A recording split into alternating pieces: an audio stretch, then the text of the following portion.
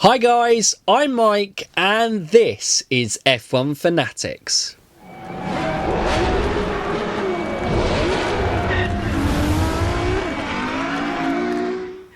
Welcome back to another F1 Worldwide podcast. Yes, we are still based in the UK, but there are some more kind of sporadic ones we're going out with in future episodes. But we are joined guest today, back with another fan, a very popular fan, I would say, on F1 Twitter in the community, and that is Jason. Jason, welcome onto the show. Making me blush, Mike. Hello, everyone. Well, you know, I very much, it's how we kind of started, I think, communicating on there, and the I would say you're a uniter on the F1 Twitter community with your Twitter group chat and then the WhatsApp group that was mental as well, I think. All got too much in the end. Fame to the head. It's indeed from there. But yes, I think your recent one was the first day at school intro, wasn't it? And it was very interesting kind of finding out people on there as well. No, I really enjoyed it. It's amazing some of the stories people had. I was quite surprised. But, hey, it was a nice really way. It was a nice way of introducing that. But Jason is a Ferrari fan, I think, safe to say, because two of his favourite drivers have driven for them. One which will be the main topic for the video, and that is Michael Schumacher, and the second is Charles Leclerc. So today's F1 Worldwide will take a little bit of a different one for what we've done. We're going to try this is just from my experience of talking to Jason and you know, just in the conversations we've had, his attachments to Michael Schumacher, his all-time favourite driver, and now the emergence of Charles and the attachment that he has grown with him now, it just kind of adds something a little bit more. So we're going to kind of investigate that experience of Michael Schumacher and Charles a little bit more, and how it kind of enriches his enjoyment of Formula One, because in between them, still an F1 fan, but I would fair to say, Jason, that those are the moments you've loved F1 a little bit more when they've participated. Yeah, definitely. I think having that driver that really grabs your heart and says, you know, when they get that victory or championship in Schumacher's case, it really means something more than just watching any other driver win a race or a championship. Yeah, it just, you have that personal attachment to it. So, before Jason was born in 1997, Schumacher was already a two-time world champion with the team Benetton before moving to Ferrari in 1996, in a move that I would say changed the sport forever. Although for me, being 3 years old at the time, it didn't necessarily really sink in at the time for me either.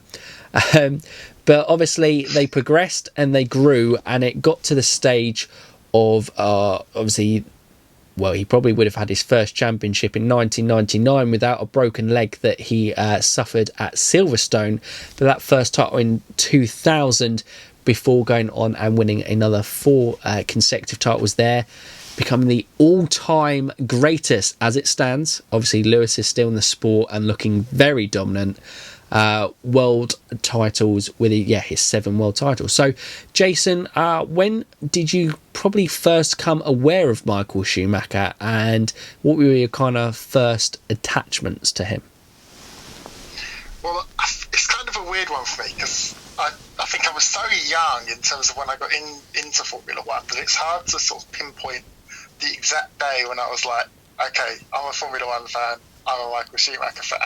But I think the thing for me, sort of when I was, you know, I'm talking 3 years old, is that, and I was sort of plunked in front of the TV, and it was kept me being kept quiet watching the Grand Prix, was that you had the shouty old man in Murray Walker giving you all the excitement, but then you also had this sort of standout red Ferrari, Michael Schumacher, and just some of the drives he put in, I think particularly around sort of that era, were just unbelievable. And I think that's what, I think as a young kid, you sort of aspire towards the greatest. You don't sort of aspire to sort of some driver in the midfield. And seeing Michael doing what he was doing, I think naturally as a kid, he was the one.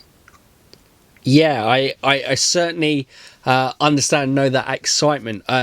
For me, the time when I kind of properly started getting into F1, I think we know now that I am a Fernando Alonso fan in 2005, but I still remember before getting into F1, because I've always had quite a sports background with my dad. I remember the kind of red Ferraris of Schumacher and his dominance, and being an Arsenal fan as well, I did have a slight attachment to it at a time, because favourite colour was red, and I was like, oh, red, and they're winning, oh, this is exciting. But it was easy, and like you said, Murray Walker is just such an iconic kind of voice. You kind of like, oh, this is exciting. And then Schumacher going through that dominance as well was just incredible. And do you remember how you felt when, obviously, what would you say was your first kind of recollection of kind of conscious of him winning a championship, and you're going, oh, that's quite good? I think it would probably be as late, funnily enough, as sort of 2003, weirdly enough, even though I'd been sort of watching 2000, 2001, 2002. I think my earliest sort of actual vivid recollections of F1 are sort of, there's some faint memories from the 2002 season. But I think in 2003, and I think probably particularly because the title battle was as close as it was in 2003, I think that was the year when I really sort of it drew my heart in more, because obviously there was more of a battle, that every race meant something. Michael wasn't winning every Grand Prix. I think that was the year that when he got that title in Japan, that meant more to me than anything before that. Yeah, it was. I think title battles always kind of draw you in, because it's the excitement of it. Like, as much as dominance has to be appreciated, I think now we're both kind of older fans of the sport, and because we are fans of the sport, we look at someone like Mercedes and what they've done now, and you can't help but go, what them and Lewis are doing is going, that's incredible. But for new fans and getting into sport, which obviously around that time you would be as a kid, excitement seeing a battle and seeing a challenge on track. It was Kimi Raikkonen and Montoya, kind of three-way fight, wasn't it? I think through that season. Yeah, obviously the two McLarens as well against that kind of red Ferrari. And so, it was a very interesting year indeed. And so then from 2003, did you have obviously 04 was pretty dominant as his last world title. But do you remember that season as vividly, or is 03 the one that just kind of really stands out in the memory? I think 03 is the standout, but I think obviously the older you get, the more you start to remember things. And I think 2004, especially that sort of first part of the season, when it was just a one-man show in many ways, and it was just, I think that's when you sort of take the 2003 and the drama from it, and the way it grabbed your heart, and in 2004 you almost sort of sit there in admiration. You're sort of like, okay, he's taken a difficult battle in 2003, and then he's gone on and just destroyed the field, basically. It gives you, I think it gives you that sense of attachment, but in a different way. As I say, it's almost more of an admiration of, wow, this guy's unbelievable.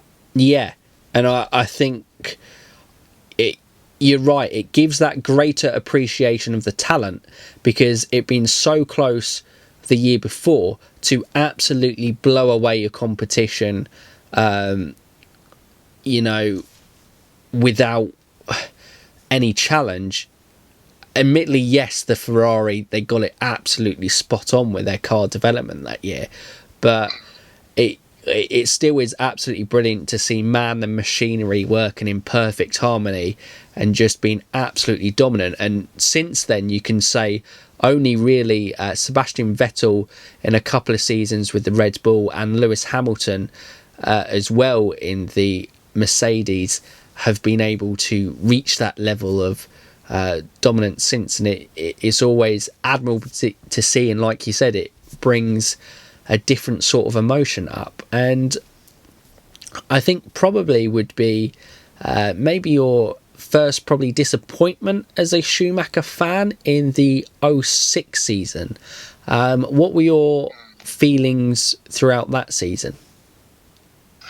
Well, 2006 was, I think, really, like, I don't think, sort of, in the first half of the season, I don't think anyone really expected there to be much of a title challenge. The Renault was quite clearly the stronger car in the first half of the season. Alonso racked up a lot of points and built up an early advantage, but the way obviously Schumacher came storming back, you had, I think, the almost fairy tale of Monza in that obviously he has the victory, Alonso retires, and then obviously comes the announcement, oh, this is his final season.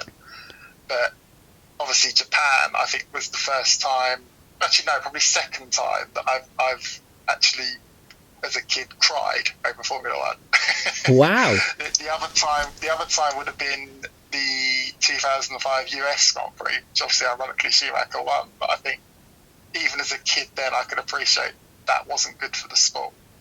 But yeah, 2006 Japan, I was probably up far too early to watch it as a kid, and it got to me. Yeah, I imagine, and obviously it's quite good, well, not, but like having the two perspectives, because obviously you as the Schumacher fan and obviously feeling that deep celebration, deep hurt almost as that retirement came in, and then for me seeing Alonso go by and then obviously celebrating, and because he realised then that was his second world title, his back-to-back, and well, he had such immense respect for Schumacher, and it meant something to beat someone who had been so dominant, one of the greats, if not the all-time greatest in F1 history. He had beaten him in a title fight and gone on the championship, and you can just see the emotion that was released there as he went past. It was just like, wow. And yeah, it was contrast, one amount of joy, and then Schumacher, the fairy tale ending wasn't quite to be after 2005 hadn't quite worked that way. 2006 you kind of really felt he was probably going to go out on a high, finish on 8, but it didn't really work out that way. No, it's interesting you say about, obviously we'll probably come on to this later, but about Alonso and obviously how much it meant to him to beat Schumacher and how much he said about that. And obviously now you look at Leclerc and Verstappen against Hamilton, you think both of them are going to be itching to get a championship whilst Hamilton's still racing, because they know it will have that extra validation to it that you've beaten one of the best of all time. Yeah, and it doesn't matter that Schumacher was coming to the tail. You could argue that if he had stayed around in 07 and 08, he probably would have been a 9-time world champion. It is if buts and maybes, and there's plenty of, I think like last week's podcast was a career of fine margins, in that we spoke about how F1 is a sport of fine margins, and it is just so close between them. But yeah, I completely agree. It's for Leclerc and Verstappen, they would love to be and have that validation, because that's what drivers compare themselves against. They don't necessarily, I think, care about what the media write too much about them. I think it's in relation to their peers and what their peers think about them. And yeah, for Alonso to beat Schumacher was amazing. And if Verstappen and Leclerc can beat a Lewis Hamilton, I think it will mean a great deal to them as well. Definitely, yeah. And so he returned in 2010. But I'm just going to pose a quick question before we look at the return. A couple of ones. We'll go. First one is, if he won in 2006, do you think he would have returned in 2010? Honestly, I think he would have done. I think, having 8 compared to 7 at that point, I mean, with the nearest challenger being on 5, I'm not so sure that really had too much of a bearing. I think he came back because he missed racing, he missed Formula One, and I think it sort of the achievements, yes, it would have meant even more to have that extra one. But yeah, I honestly think he just came back because he missed it, and I don't think he ever really came back thinking, oh, I mean, it'd be nice to be a world champion, but I think he came back to race rather than necessarily to come back and prove to people he still had it.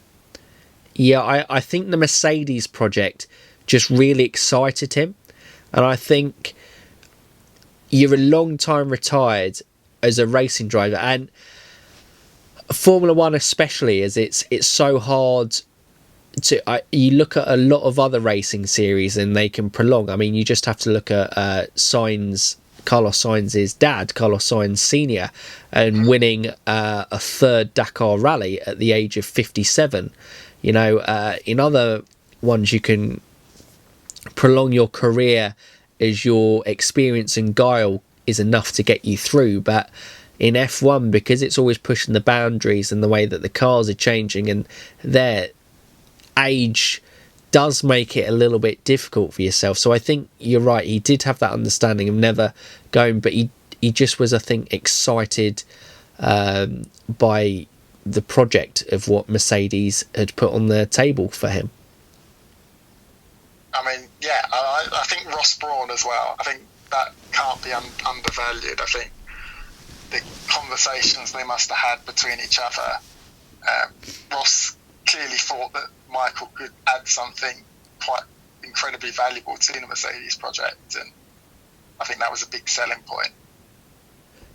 Yeah, I mean, when you've had shared so much success with someone and you've had such a good relationship with someone, it can always seem appealing to go back, I think, and you're going to enjoy that experience because you enjoyed it before. We are creatures of comfort, and Ross Brawn was definitely a comfort blanket for Michael, I think, in the partnership that they had. 100%, yeah, and I think also I think it was probably quite nice for Michael. I think sort of the sort of being obviously from Germany as well, but having Nico as the potential teammate and having someone that he could perhaps nurture and guide and something that perhaps I think he was starting to do with Felipe Massa. Sort of back in 2006 and never really got to finish that, but to be able to sort of help Nico and help him develop as a driver, I think it would have meant something to him as well. No, I'd agree on that. And so before we move on to the Mercedes days properly, I'll ask you, how did it feel when he retired at the end of 2006? And it kind of a two-pronged question. What did it kind of make you feel for your watching of F1?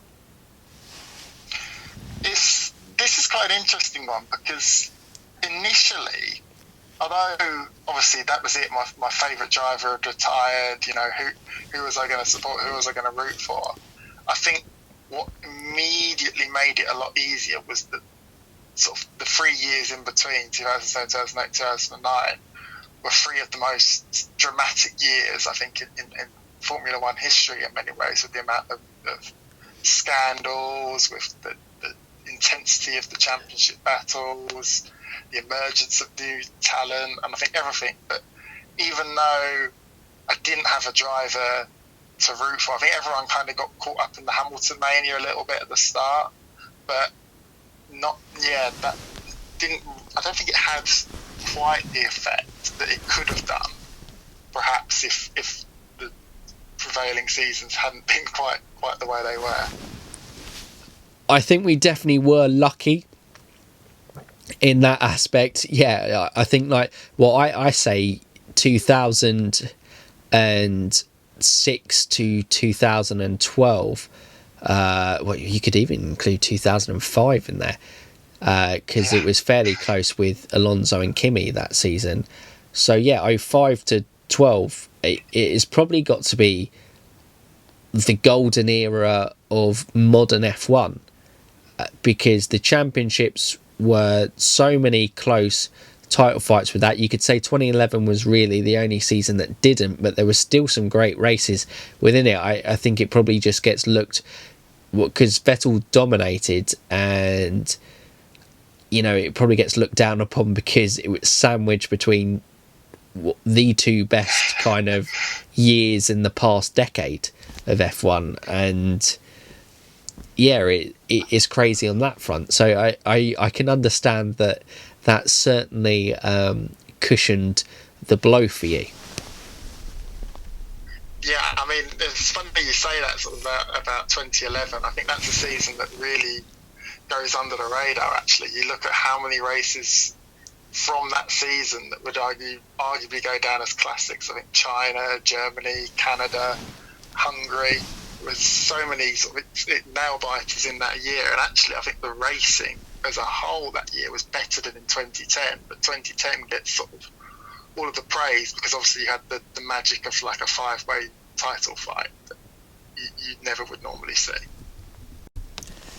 Yeah, I completely agree. I mean, Canada 2011 is my favourite race, because I think I've spoken about it before, just because people, I think I spoke about it in the video I did with Chazza, that people who weren't interested in F1 were glued to that race. Like, my mum has like a casual interest in F1, my dad has a casual interest in F1, and I think my brother, as Stephen, had a casual interest in F1 at that stage, but we were all glued to watching that race because, you were just like, wow, how many things were happening in that, and it just, you forget those things. It definitely had more standout moments, I think, than it's necessarily given credit for. Yeah, definitely. One of the more underrated seasons of the century, I'd say. Yeah, certainly. So now we move on to the return of Schumacher, coming back in that silver Mercedes with Rosberg under his wing. Essentially, a lot of people thinking him to take charge of the team. But yeah, what was your feeling when Schumacher was announced and when you saw him line up on the grid in Melbourne? What was the feelings you were going through? Well, it's quite an interesting one, this, because I think, being sort of the boyhood dream of watching Schumacher win all the time, I think part of me still felt that magic was going to be there and that he was going to be this unbelievable talent. And I vividly remember having a bet at school with my best friend at the time. He was one of the only people who watched F1 sort of in my year, but he was a big Nico Rosberg fan, and we sort of had an agreement that whoever would win out at the end of the season, I think it was about 20 quid, it wasn't anything hugely valuable, but whoever won out at the end of the season, the other person would have to give them 20 quid. I was convinced that Schumacher would blow Rosberg away, and obviously it didn't turn out that way.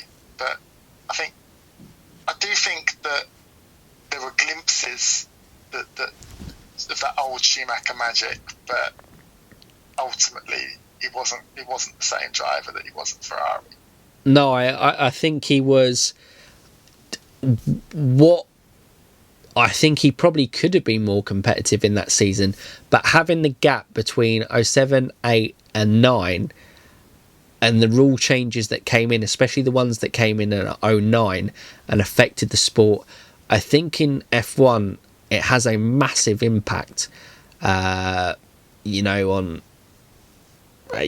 how a driver can drive and how different a car can feel. And also, I believe testing was already starting to be limited by that stage. And obviously, Schumacher was the master of the test track. Like, the amount of laps that he racked up with Ferrari in his early days was absolutely incredible. Like, the amount of time they spent in there, I mean, budget was not an issue, which it rarely is for kind of Ferrari, but yeah, the amount of time they spent on the test track. But I can relate to the excited about seeing your hero return, because mentioned it, being an Arsenal fan, watching as a kid Thierry Henry was and still is my kind of idol in there, and I'm lucky enough I was at the Leeds game on his return, and when he scored on his return and saw him celebrate, and it's one of my favourite sporting moments watching live, because you just kind of don't imagine that it'll happen, and to kind of, like you said, get a glimpse of that magic what it had. And I imagine that's what, if any Schumacher fans were there, well, I presume there would have been a lot there, but the Monaco 2012 pole lap, I think, is one of the best of his career, and it was just such a special lap. It wasn't just special because it, later would transpire that would be his last ever pole position, but it was just an incredible lap within itself. And do you have memories of watching that? I think the thing that made that so special was the fact that it was Monaco. I think if it had been at another track, it would have been still an amazing moment, still a special moment. But I think the fact that it was at Monaco, the track that sort of throughout the years notoriously the driver makes a difference. It's how close can you get to the walls without going too far, and to see sort of, I think it almost surprised Schumi himself. I got the sense, because I think sort of when the results came through and he realised he was on pole, and he seemed to celebrate more than I'd ever seen him celebrate a pole position ever in his career. And I think he realised. In fact, he realised himself that, I can still do it. I've still got that ability to be the best. I think that's what really caught my heart anyway. Yeah, it was for me a moment of magic, and one of those F1 moments where you just have to sit back and, if you are keen supporters of drivers, no matter who you supported, even if you were not a particular fan of Schumacher, you just have to sit back and go, wow, that was something special. And yeah, obviously, like we said, it transpired. It for me, like you said, you hit the nail on the head that it was Monaco.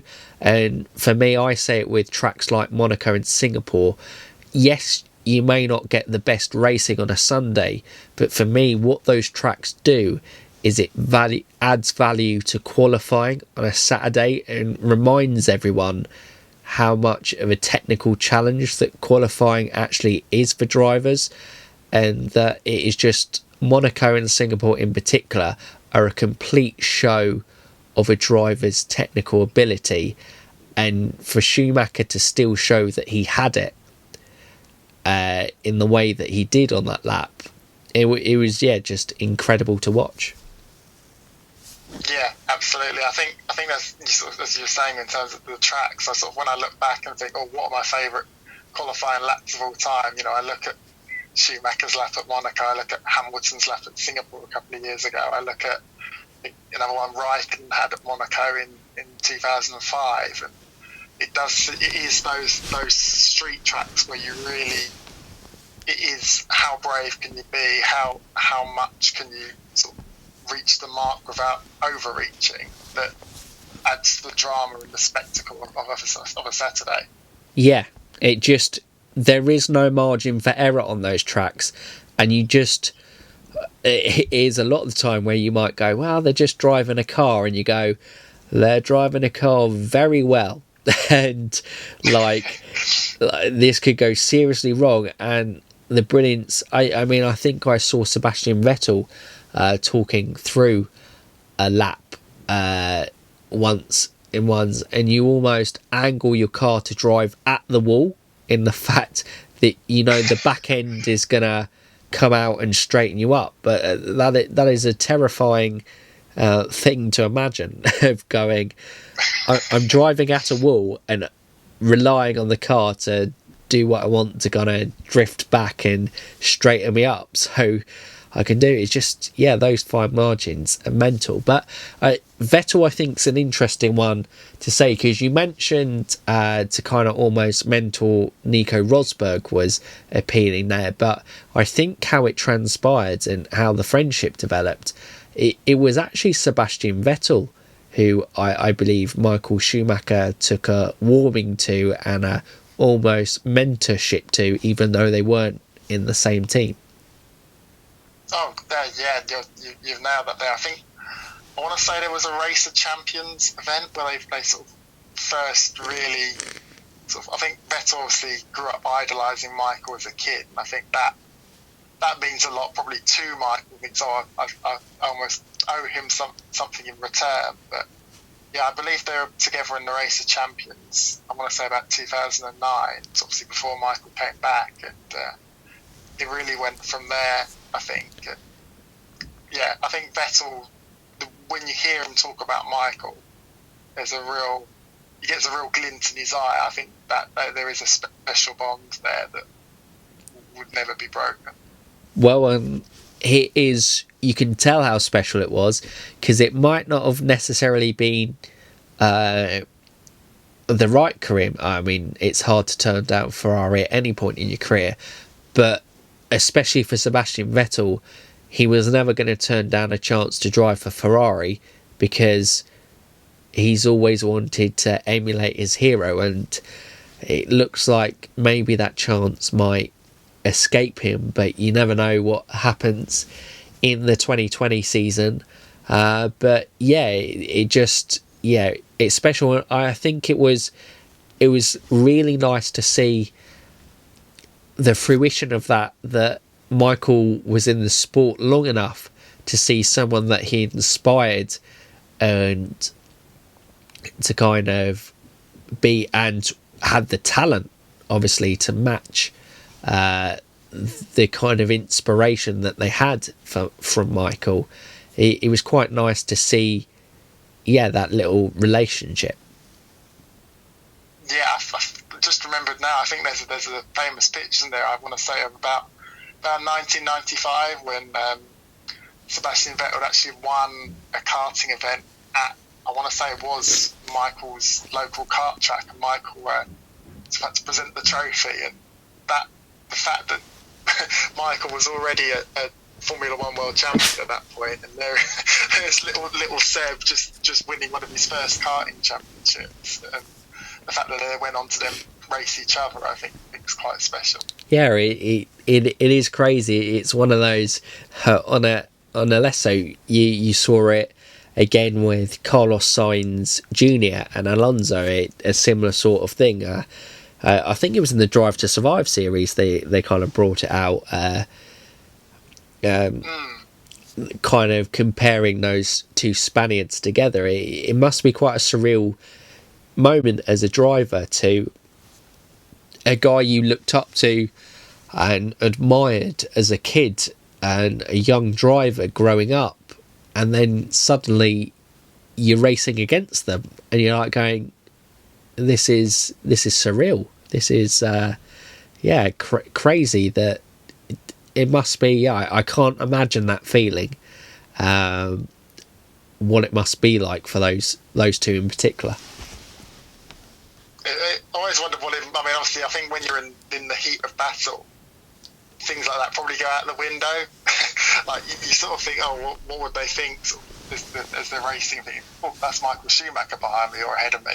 But I think off the track they sort of realise, oh wow, I raced Michael Schumacher today. But when you're in the heat of battle, sort of, everyone's just, that's the guy you want to be. When the visor goes down, it is single-minded focus on getting the best result you can from that day, I believe. Absolutely. Yeah, not much more to add on that. No, and I think that probably rounds off on Michael. So I will, before we move on to Charles and the kind of second part of this podcast, what would be your lasting impact of Michael on you?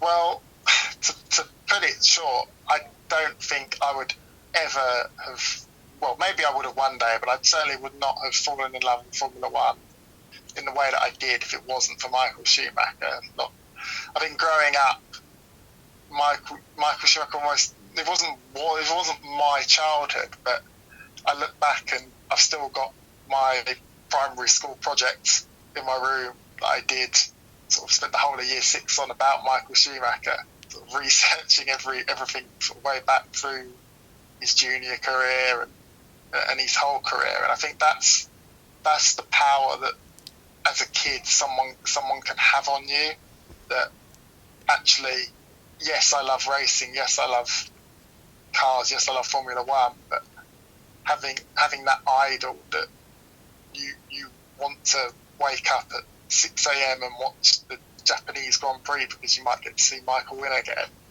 is something that it's hard to put into words. Yeah, and it is incredible what kind of your sporting favourites, we'll call them, can do for you and inspire and have that impact on your life. And I love, and obviously now it translate into later life in terms of it's a sport that you now kind of are part of a community of and are making friends with and connections in life that you wouldn't necessarily have come into contact with if you hadn't had your love of F1. We'll get on to the Autosport International show, but yeah, it kind of it was the grounding of it, and yeah, having that love and someone to inspire you like Michael has clearly done to your life is quite a special something for someone to have that impact on a life. And I imagine, you know, he's had that. Well, we've talking about Sebastian Vettel is one person he's had an impact on, yourself, and I imagine there are countless others who well, I know Raz is Michael Schumacher is his favourite ever driver as well, and very special to him with his German heritage as well. You just think how many people he's impacted on lives, and now are connected and have a kind of participation, whether that just be spectatorship or maybe within the sport because of him. And I think that's quite something special to realise. I was just thinking about it. I think the thing about Michael that made him Michael was that, yes, he was winning. You know, there were times sort of growing up as a kid, I think the sort of the running joke in the family was like, oh, is Michael Schumacher winning again? Yes, he is. But every time he crossed that line and took the checkered flag, it was like he'd won his first ever Grand Prix. You know, he'd be up on that podium, showboating, you know, giving it everything. And I think as sort of when you're a young kid and you're looking for heroes, you're looking for role models, having someone that really, you know, shows all their emotions, doesn't leave anything on the table. Obviously, whilst he was in the car, he was brilliant at hiding those emotions. But that jubilation and that utter pride of winning for Ferrari, winning for his family, winning for everything, I think meant a lot to a lot of people. Yeah, I think that was summed up very well there, Jason. So, we will leave the Michael Schumacher chapter behind in this podcast, and we'll now move on to, obviously you had your period where you still followed F1, but there wasn't anyone who quite gave you that same connection as what Michael gave you. And then in stepped Charles Leclerc. And so when did you first come across Charles, and what has given you a special feeling through Charles? So obviously I think in that sort of period in between sort of Michael retiring and Charles coming along, you're always looking for the next driver that's going to be like, oh, he's the one that I want to watch. He's the one that, you know, I never got that feeling with Hamilton. I never quite got that emotional connection with Vettel. I think the first time I really noticed Charles was when he was in GP3. Obviously, he won the championship in that. But the day that really I was like, oh, hello, this guy's something different, something I need to keep my eye out on him, was the Bahrain sprint race in Formula 2 in 2017. I think that was one of the most sort of, that felt Michael-esque when I was watching it, and I was thinking, okay, this guy's just ran through the entire field in a few laps and won the race. I mean, that was the first. Wasn't the day I became a Leclerc fan, but it was the first time I really looked at him and thought, oh, he could be something different for me. Yeah, and I think Leclerc was very special, how it came together in that GP3 and F2, obviously being the inaugural F2 champion in the, I think it was the first year that it became F2. And obviously he won them both in his rookie season, and I think he certainly generated a lot of excitement around. And then just how he's progressed into F1 with Sauber Alfa Romeo it was in 2018, and then a lot of people were like, is it too soon for this guy moving to Ferrari in 2019? And then obviously the 2019 season happened with Charles, and I think what strikes me about Charles is his incredible maturity beyond his years. He seems a very calm and level-headed young man, especially what he's experienced through his life. So when you spoke about that was the first time you had notes, so when would you say you started to become a Charles Leclerc fan? Probably not that long afterwards, actually. I think I saw that Bahrain race gave me the interest to say, okay, I'm going to find out more about Charles, about his background, about his story. And then obviously you look back and all of the setbacks he's had sort of during his life, obviously losing his father, losing his mentor in Jules, a very close friend. And I think the fact that he's had to deal with so much at such a young age, and yet took every setback as almost a way to push forward and become even stronger and become even more sort of mentally sort of level-headed, as you say, and it's very much in the same way as Michael was. Michael, everyone speaks about him, says about his ability to unite a team behind him, to not let any setbacks affect him. And I think Charles has got, perhaps because of what he's had to go through, has already developed an element of that makes him quite special, I think. Yeah, I think people who evoke emotion in other human beings certainly gain that attachment, and I think Charles is definitely one, having that backstory, and then obviously the horrific and sad and tragic incident that we had at Spa, and then for what happened the next day for Charles to win. I think that Hubert incident affected a lot of people, and I think shook the whole F1 community. And for Charles to go and do what he did the next day, I think he already had his fans, but I think the way that he evoked emotion and the way that he seemed to, like you say, overcome the not obstacles, but the challenges and setbacks that he has to rise above it all is nothing but admirable, and I think that evokes emotional connection to people.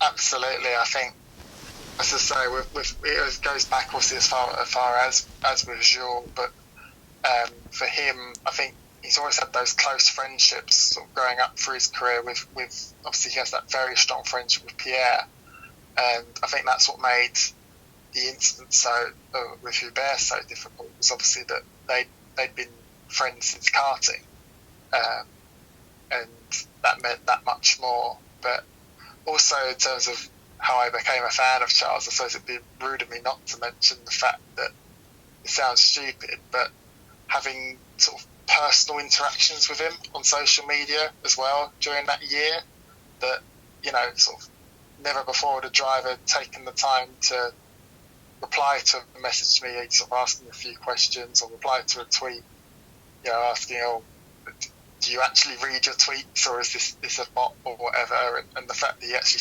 sort of took the time to reply and then reply to your messages, I think that makes you have that fact that you've got sort of personal connections with someone straight away, adds to that whole, okay, I want to be a fan of this guy. Yeah, I think it's, well, celebrity, I think is the word, but anyone you kind of feel like who's in the public eye, and they get to that, you almost build up in your mind that they're untouchable. That why would they show interest in me? What do I mean to this person? And having that, like you said, connection and interaction with him, it does something to strengthen the bonds, because you're like going, wow, it's why fan interaction on that aspect is so important, because it's strange, and we'll come on to your experience at the Autosport International show, but something as small as liking a tweet can just means something so much to someone, and to just lift their day and have that positive impact. And it's something so small, and I think he's the type of person who appreciates the responsibility that sits on his shoulders in the role that he is. And yeah, it's lovely that you have had that interaction for you, and it has strengthened that bond you now have with him. Yeah, and it's funny you say that, obviously, about how just the smallest little gestures from someone can mean so much. Because I was actually talking to someone today who's sort of going through a rough time in their life at the moment, and they sort of posted something on Instagram, and I'm not the most clued up on Instagram, but it got reposted by Pierre Gasly. And for them, being a huge Pierre Gasly fan, just something as simple as that, suddenly those tough periods that they were going through in their life, it said it made them so much happier, and sort of gave them the belief to fight through it. And I think that's something that certainly in the modern age with social media and everything can help in terms of giving fans that connection with drivers, and ultimately that stronger connection with the sport as a whole. Yeah, I think we all go through trials and tribulations, and it's the uplifting moments that you go to, and it is nice to have those special connections with people, and it's amazing, having that impact of just, like I said, the smallest things can make such a big impact and uplift on someone's life. And I think I spoke about the Spa race, but also winning at Monza for the first time since 2010, since Fernando Alonso had achieved that feat. And also, I think what is incredibly impressive and maybe doesn't get talked about as much or not highlighted as much, but having 7 pole positions this year and not beating Sebastian Vettel, his teammate, in that aspect was obviously mightily impressive. But the one for me that is even more impressive is the greatest Saturday performer in F1 history statistically in Lewis Hamilton. To beat him in his first season in a competitive car that could challenge and set those times was a huge achievement. What did you make of that, with Charles? Well, that's the thing with that. I think that really was the thing that took me by surprise, because actually in 2018, so in his rookie year with Sauber, I thought that qualifying was one of his weaknesses. I think he had sort of a few races that year where he was able to put in a standout qualifying time, but a lot of the time he would be inconsistent. He'd put in a great lap in Q1 and then in Q2 it wouldn't quite happen for him. And I actually sort of expected in the Ferrari that Vettel would beat him quite comfortably in qualifying, and that Charles might be able to put up a stronger fight in the races. And obviously, as it transpired, it was almost the exact opposite. That Charles in qualifying was unbelievable, really, considering. But in the races, often Vettel had the race pace to match him, and if not, beat him. And I think that's something that Charles himself has identified and sort of said, I mean, my qualifying was brilliant this year, but perhaps some of that energy needs to go into the race pace, because there were races where he would get the pole position, but then obviously couldn't convert that into a victory. Yeah, I think that conversion rate of, obviously he had the 7 poles but only 2 race wins, that is certainly something for his 2020 season that he will look to progress on to. But going back to Connection, obviously it's a couple of weeks ago now. We have teased it throughout this podcast, but obviously we both went to the Autosport International show. I was there on the Saturday, and you were lucky enough to be there on the Sunday, which obviously the main guest was Charles Leclerc, which I believe greatly excited you, and also meant that you got some Ferrari gear, and also signed Ferrari gear from him. What can you describe about that day for me, and what it was like to I suppose you never got that chance with Michael. What's the chance with obviously a guy who's growing into your love a bit like Michael? What would you describe that day and moment like with Charles? It was all quite surreal, really, because I think you sort of wake up in the morning and you think, oh, Charles will be there, but you'll see him on the stage, but you're not going to get much more than that. And it'll be nice to see him talk. Maybe he'll answer the question I submitted on Twitter. But I think what immediately made the day feel sort of special was the fact that actually it was everyone around me also having that same connection with Charles, that same admiration, that sort of you look around and you think, oh, I'm not a complete weirdo for idolising this driver. There's other people around me who feel the same way, who get it. And obviously I've spent a lot of that time obviously with people in the group chat that we mentioned earlier right at the start. And I think the fact that obviously that moment of meeting your favourite,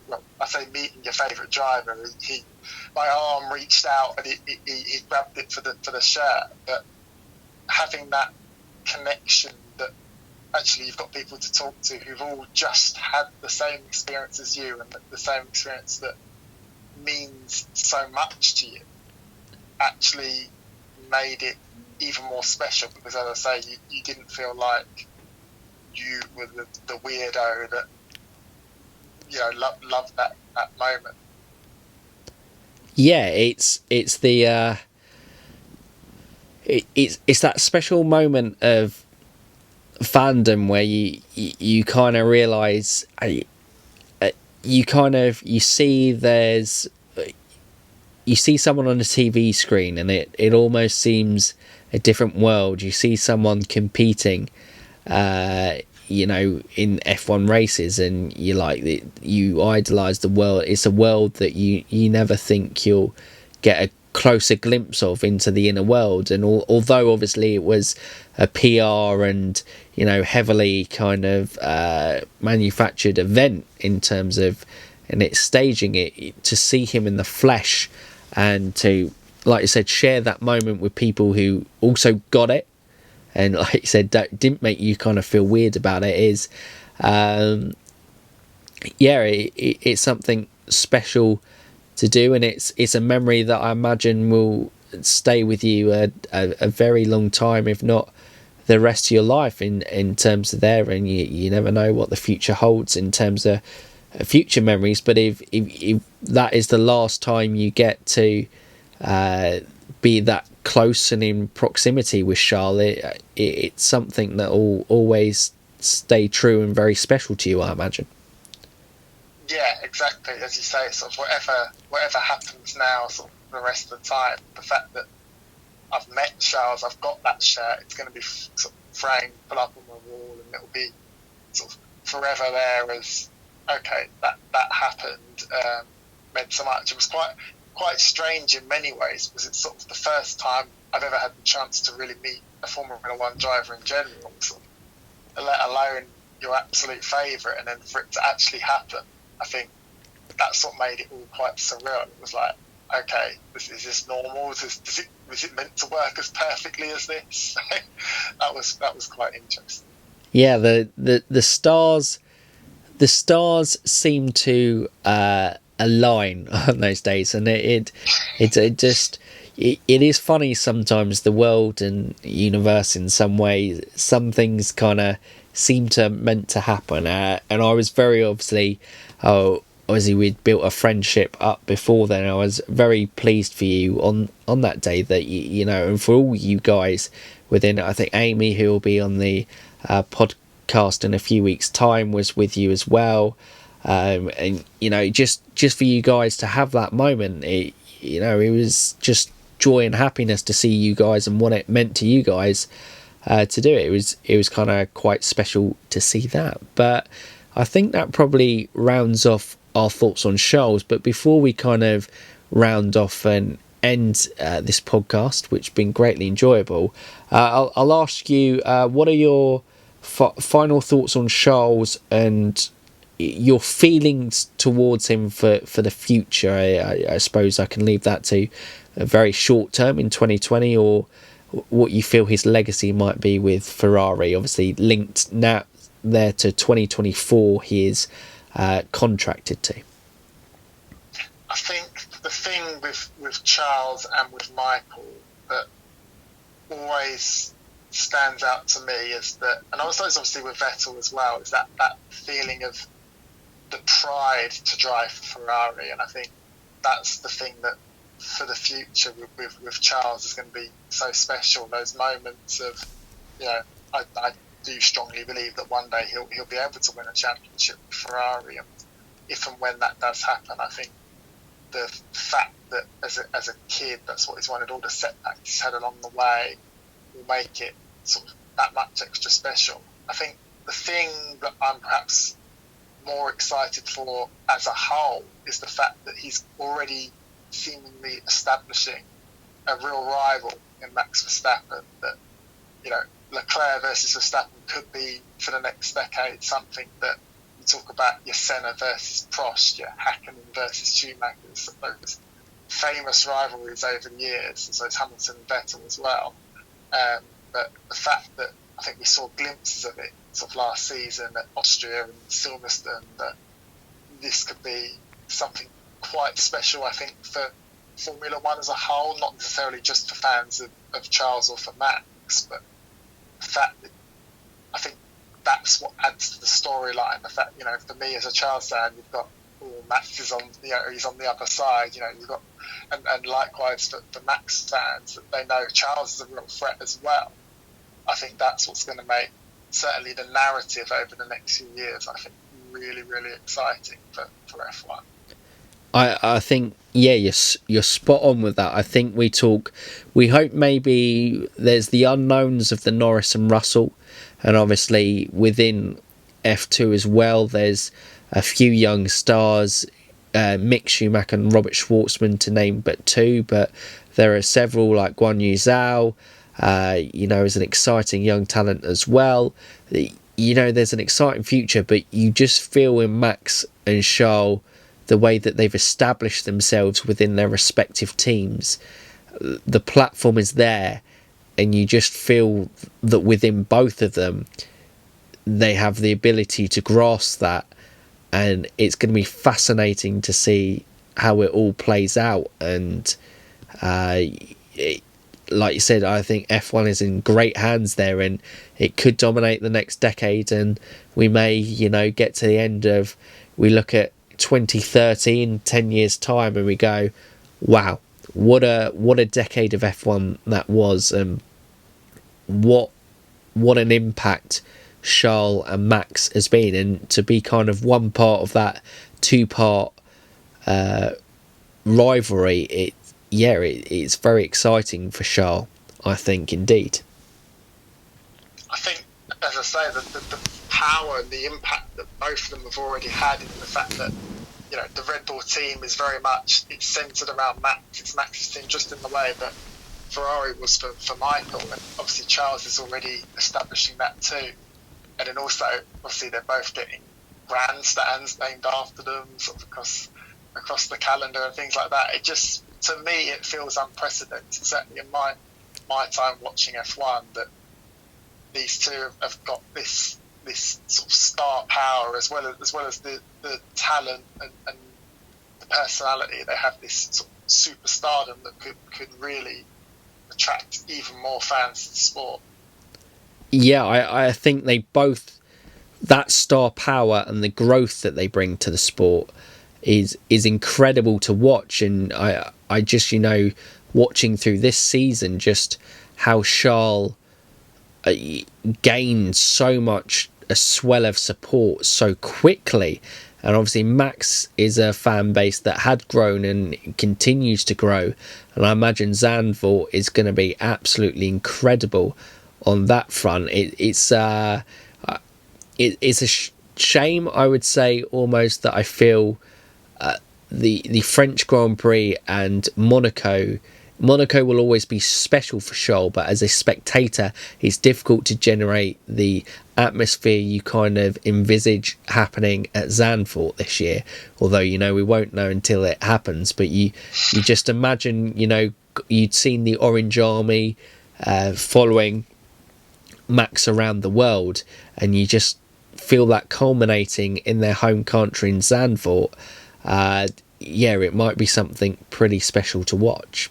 But I think this probably is a good point to round off the podcast, and it's been a greatly enjoyable chat to kind of look back at the past of F1 with Michael, and share your experiences and how he's impacted you and your love of F1 in there, and to kind of look ahead at the present and the future in Charles Leclerc.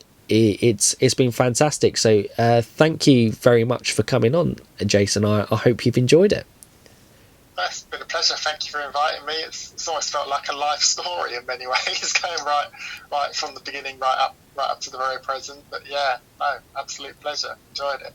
Well, that is very much the thing I try to do on these F1 worldwide fan podcasts, is to try and speak to topics that at least people have an attachment to or are really interested in talking about. And I think as soon as you messaged and said that you were happy to come on, that there was only ever going to be one topic, I think, in my mind that was fitting to do it, and Michael Schumacher. And it was nice to kind of bring in the Charles Leclerc element in that, and how it's grown as well. So yeah, that has been really fantastic to chat, and it's been brilliant hearing almost the life story from a fan like I said, it's been different to anything we've done on the F1 Worldwide before, but it was really nice hearing about your personal experience and how it's impacted you in the sport, and it's nice to kind of talk about those things. But yes, again, thank you very much, Jason. And if you are a fan like Jason, we've obviously had YouTubers on here in the F1 Worldwide, and next week we will have Kids Love F1 coming on as well, so we'll have that one. But yes, if you are a fan and listening and you would like to come on the podcast and chat and share any chat about F1, as long as you're a fan of F1, you qualify to come on to the podcast and just chat and have an enjoyable share your experiences from there. And if you are new around here and you like the content we produce, don't forget you can subscribe to the channel, click that bell notification. You can keep up to date with all latest videos just like this one, other kind of F1 related things. With the season rapidly approaching, we obviously cover all race weekends, and this season with the new with a swell of excitement around the feeder series, we're covering that, so that maybe, you know, like Jason found Charles Leclerc early on in his career, you might find someone you attach yourselves to and watch them progress through the junior ranks to it culminating like Charles has done from there. But yes, Jason, thank you once again for coming on.